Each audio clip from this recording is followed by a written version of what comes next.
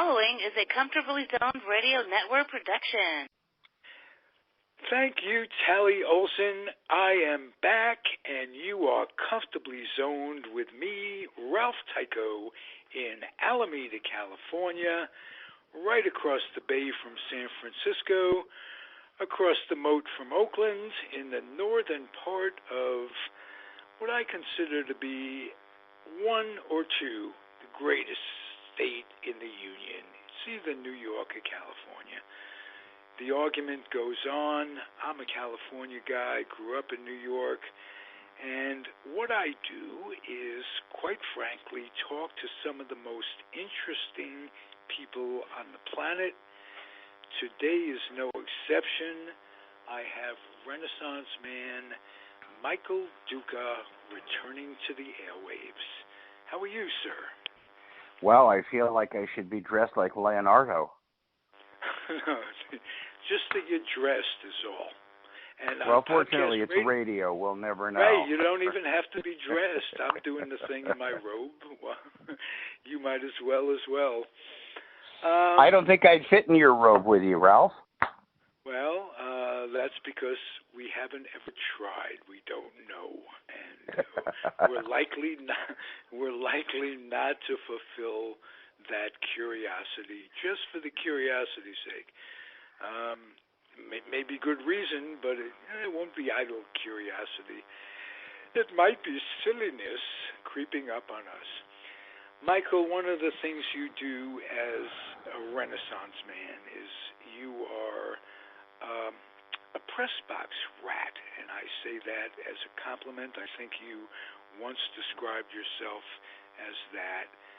You are apt to be in the press box of a San Francisco Giant game or an Oakland game, likely is not.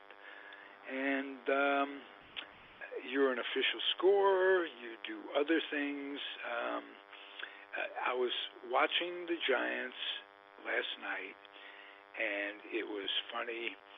Mike Krukow and his co-announcer, whoever it was, there was a play that you must remember it, where guy just absolutely doesn't see it. Second baseman doesn't see it. Am I right? Yep. You are correct. Shortstop comes in and dives for the ball and doesn't get it. Mm-hmm. How did you score that? Well, this is some serious inside baseball we're talking here now, Ralph. As it turns out, I was not the scorer last night, but I was in the press box, as you mentioned, and the scorer in charge initially called that an error and then came over and asked me what I thought. And I told him that since the shortstop had come about 9 steps to get the ball, didn't know that he had to get the ball until the last second, and then left his feet to try to get the ball, that it probably should be a hit. And he went over and thought about that for a while and changed it. Wow. Your suggestion? Well, I'd like to think that it was because it was the way we're taught to analyze those plays, and I was just able to remind him of that more than my suggestion, because it's really not my place to try to alter or affect the scorer's decisions. I would be happy to have help in that position myself, but I would also be very upset if another scorer was going around saying, "Man, you did that wrong." Hey, let me learn something about your job. You were off last night, and you weren't scoring.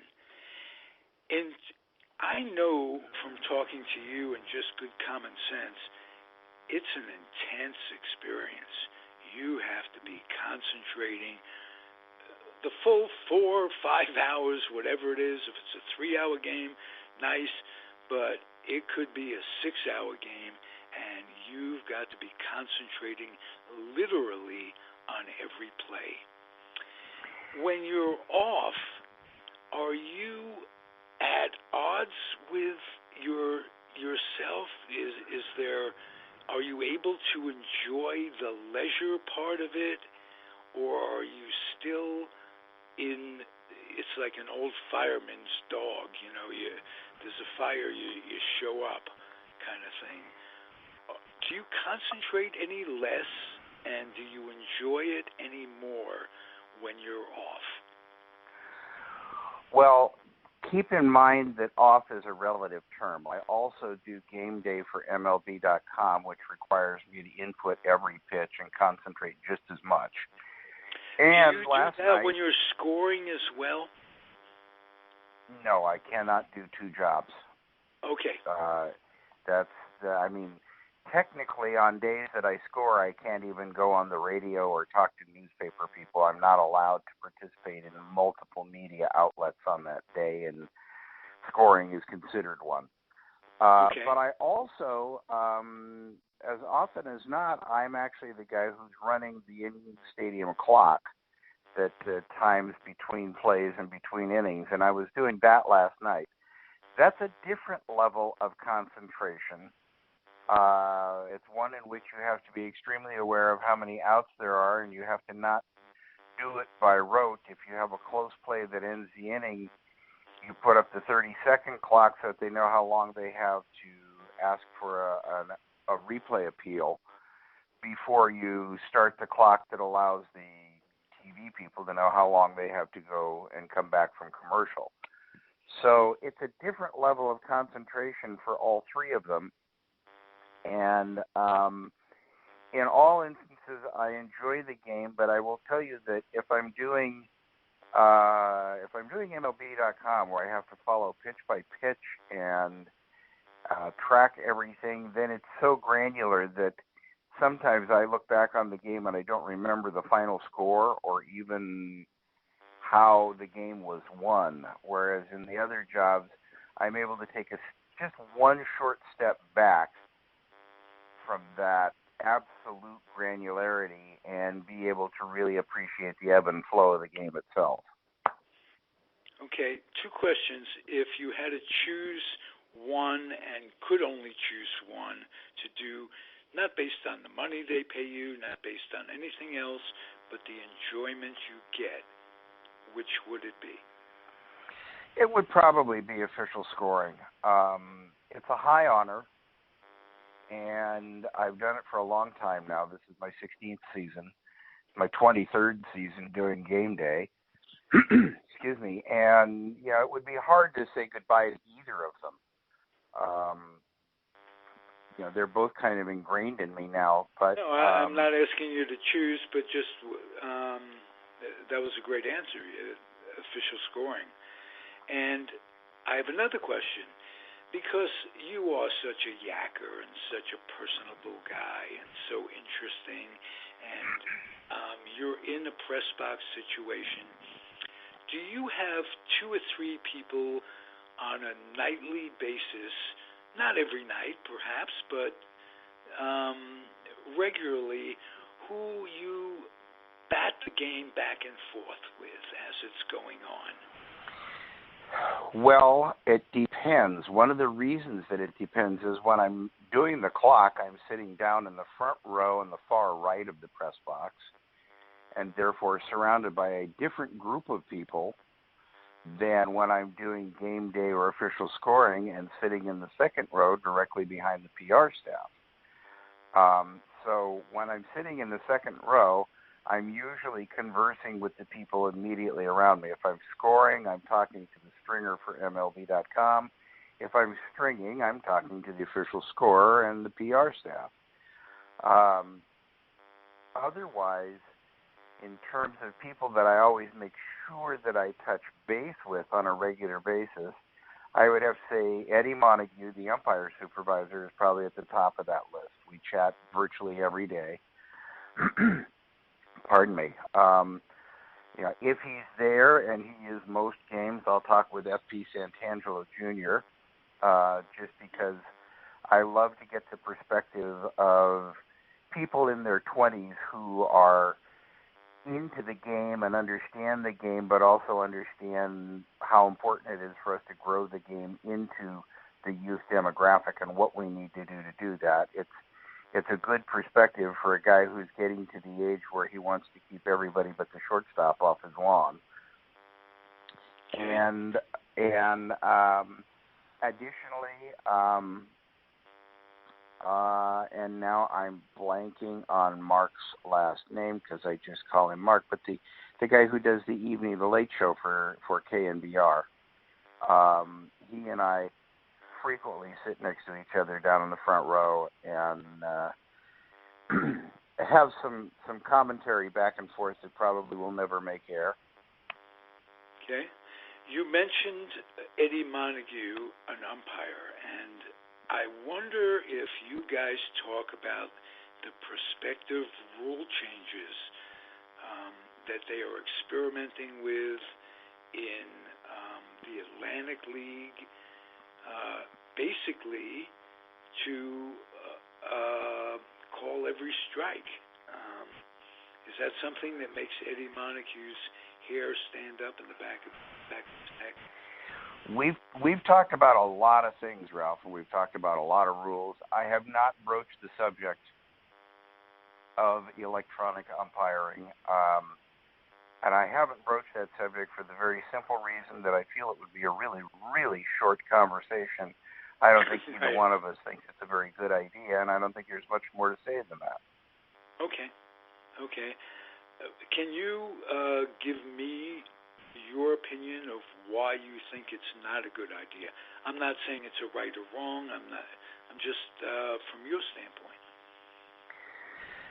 Because we have trying to do the mental gyrations right now. Something like 145 years of history of umpires calling balls and strikes, having some individual zones. If it weren't for the Eric Gregg game, Braves against the Marlins, we probably wouldn't talk about that postseason at all.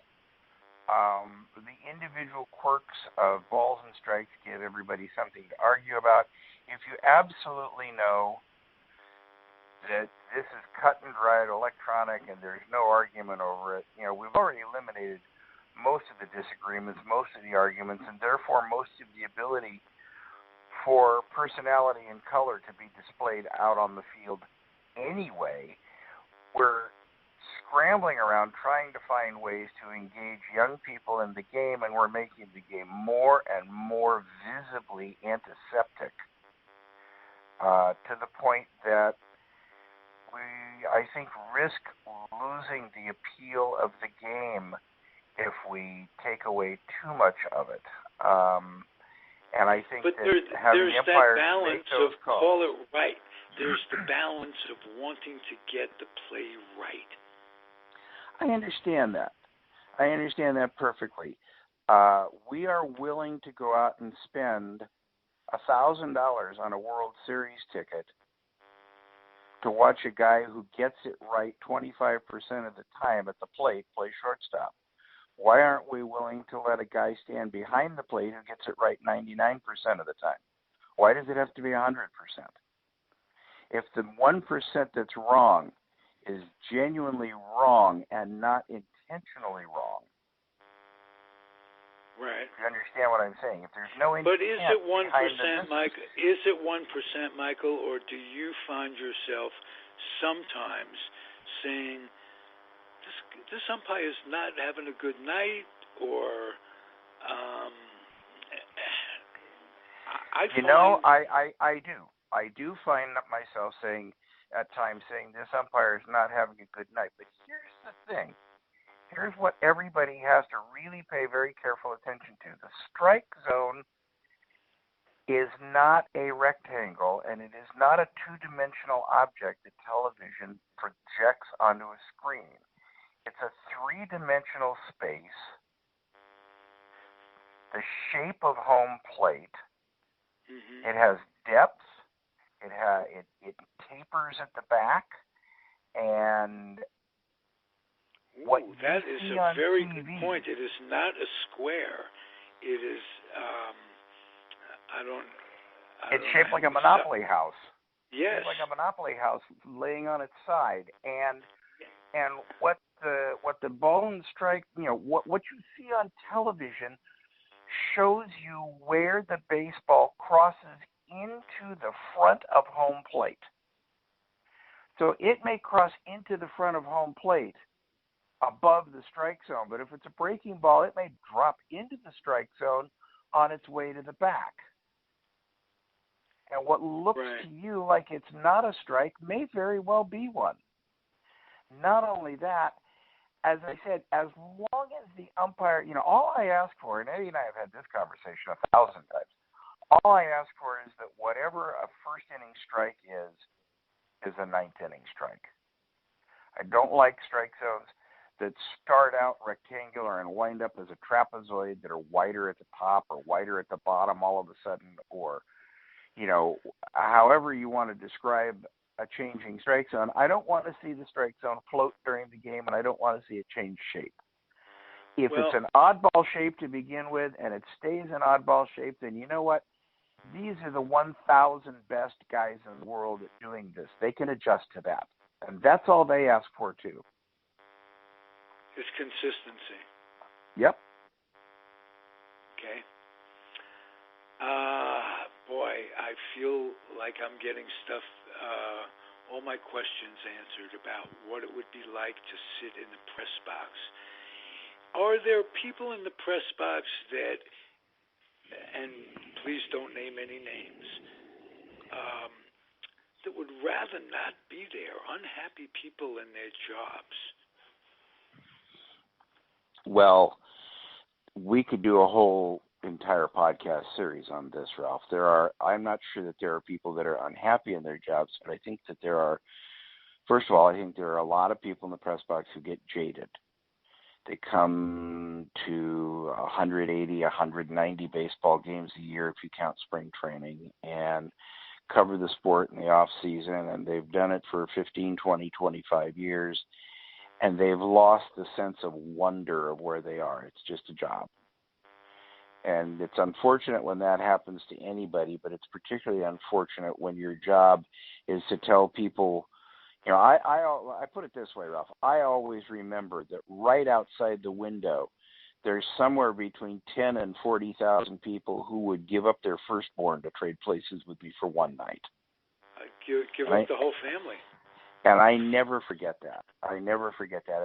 And in the times when I was going down and talking to players after the game, I always tried to ask questions that would illuminate the game for a fan.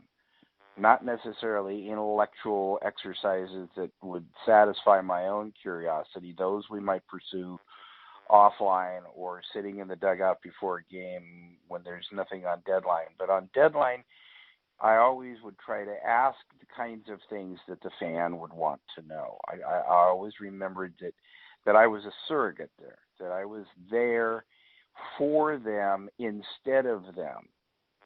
And I think that there are some people in the press box who either don't think that way or have stopped thinking that way. And there's also a whole lot of folks in the business of writing who right now have no choice but to spend 80% of their time doing their job and the other 80% of their time looking over their shoulder wondering if their job's going to be there by the end of the game.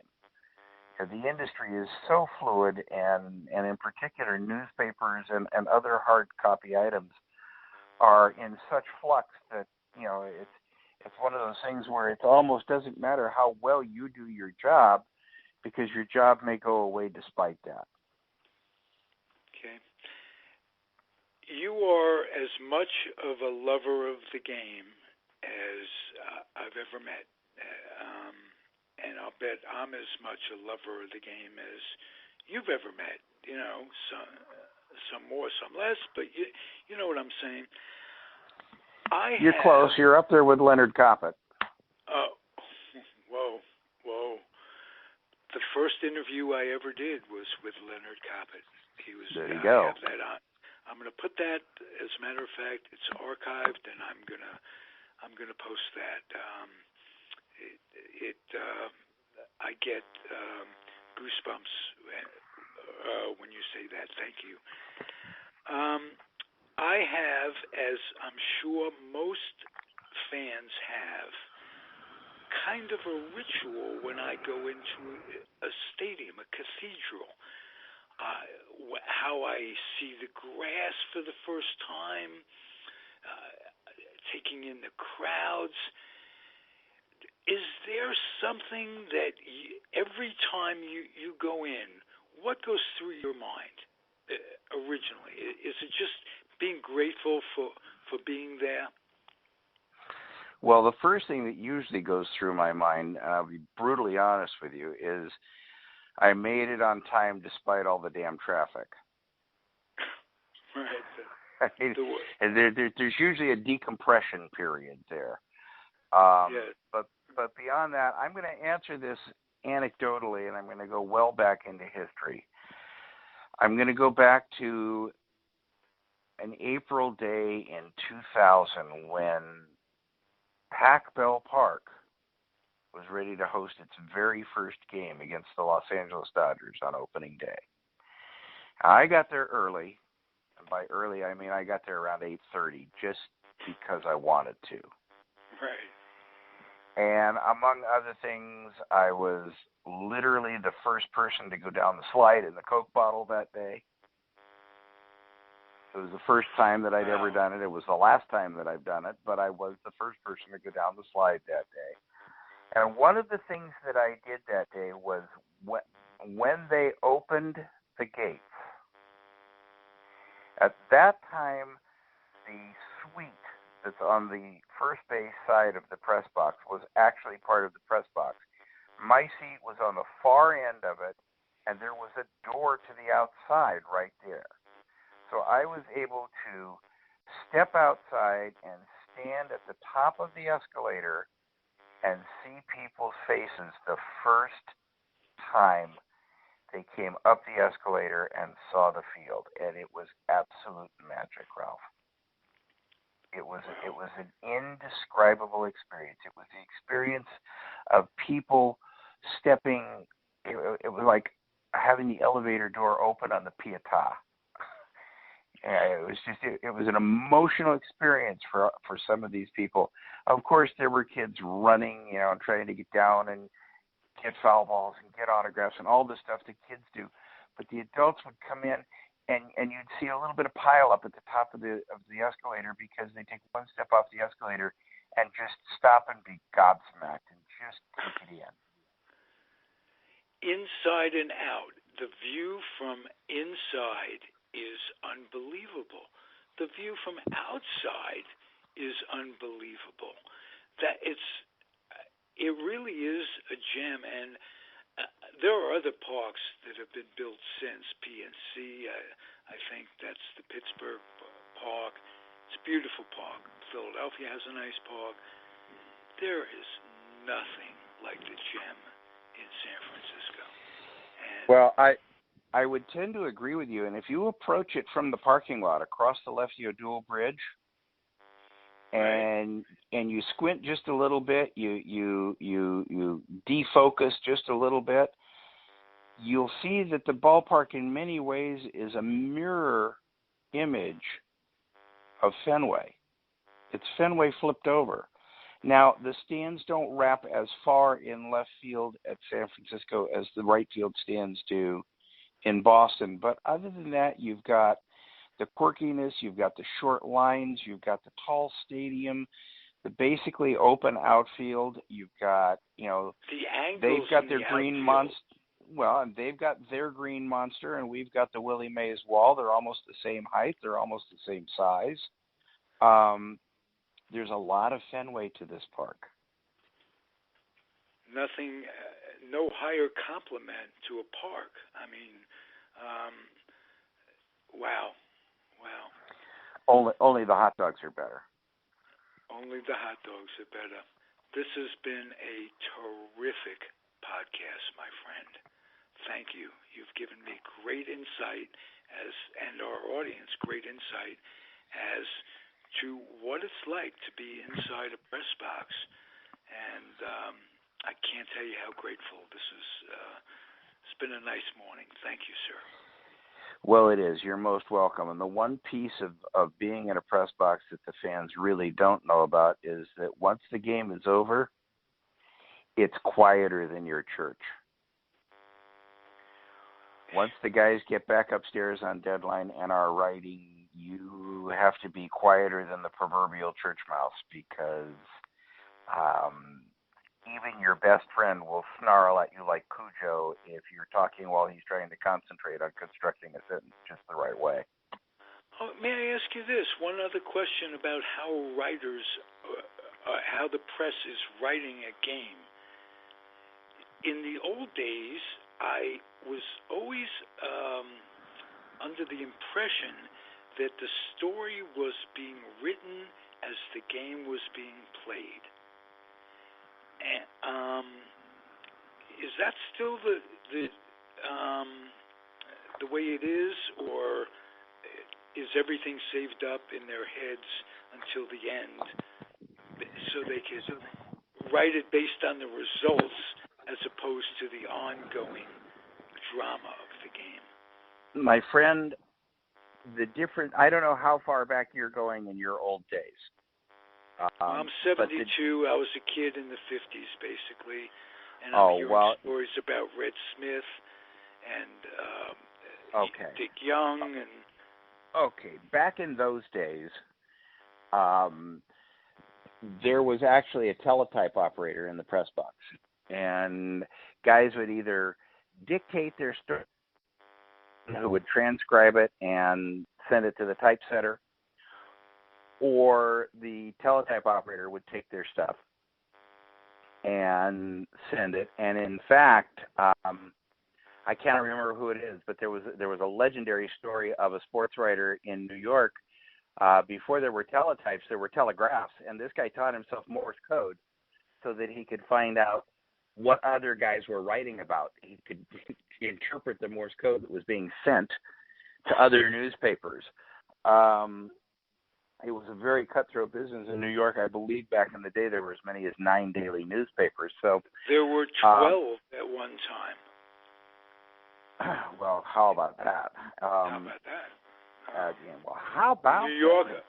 There you go, Mel Allen. But now, after that came typewriters in the press box, and then after typewriters in the press box came little TRS-80s.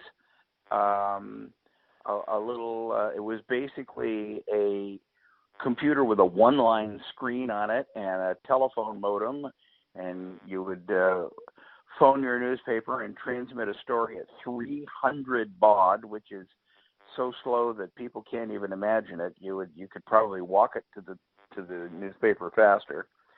And now everything, of course, is done over the internet and transmitted immediately. But the biggest difference, Ralph, between then and now, and the reason that I asked why you're going back, how far you're going back, is that you used a specific statement. You said back in the day, the guys were writing their story as the game went along. It's not a singular noun anymore. It's plural. Guys are writing their stories. They'll have a gamer. They'll have a write-through, which is the gamer plus quotes. They'll have a sidebar. They may well have a feature story that they're working on with somebody else. Plus, they might be doing video. They're putting stuff on Instagram. They're putting stuff on Facebook. They're tweeting constantly. It is such a different situation now that it would be almost unrecognizable to Red Smith. Okay. But yes, they do work on their stories. Now, when you see a big comeback, you see a team score 4 runs in the bottom of the 9th inning to tie it, you'll see a bunch of guys, just kind of slamming their pencils or their pens or their notebooks or whatever. And in particular, the guy that suffers the most is whoever's covering the game for the Associated Press, because they have to hit send like within 90 seconds after the end of the game. And so if you're a writer, you learn to write 3 ways. You write a win lead, a lose lead, and a tie lead. The tie lead is exactly what it sounds like. When the game's tied after 9 innings, you write the game story so that you can very rapidly adjust it in either direction just in the first paragraph. Okay. Did you ever consider being a sports writer? Was that sure. Something? Absolutely. My first byline came when I was either 15 or 16, Pasadena Independent Star News. I covered Pasadena high school sports for a paper with a circulation of about 70,000. Wow. Wow, indeed, for a kid. Before that, I was what was known as a local stringer. When I was in San Diego for the San Diego papers, I would phone in after our high school football, basketball, and baseball games, phone in a short 2 to 3 paragraph recap with scores and important stats. And then when I got up to L.A. in my junior year of high school, I did that for the L.A. Times as well as writing for the Star News. And then Michael, when I went to school, San Diego yeah. sports. I'd like to know anything about the late Tony Gwynn that may surprise me, good, bad, or indifferent. I'd like to know your interactions with him over the years. He was a delightful guy who could be hilariously profane. I mean, just hilariously profane. I remember when he was doing his farewell tour, of course, that lasted for a whole year. But, by the time September rolled around, I went down to do an interview with him, tape an interview with him about it. And I couldn't use half the interview because he was so cranky about having to talk about the same thing for the 8,000th time that he just, constantly let his true feelings about it slip through. It was kind of like... It was a little bit like listening to Lenny Bruce as a baseball player. Right, or a podcast radio show. Yeah. Every now and again, you got to say what you got to say. Yep. Thank you, sir. Good show. Thank you. It was my pleasure. Okay. Thank you for listening, everybody. We'll be back at you before you know it. Adios. The proceeding has been a comfortably zoned network production. You are advised to keep your dreams wet, your humor dry, your children and grandchildren out of military recruiting offices and off the laps of clerics who wear dresses. Thank you for listening, everyone. Happy trails.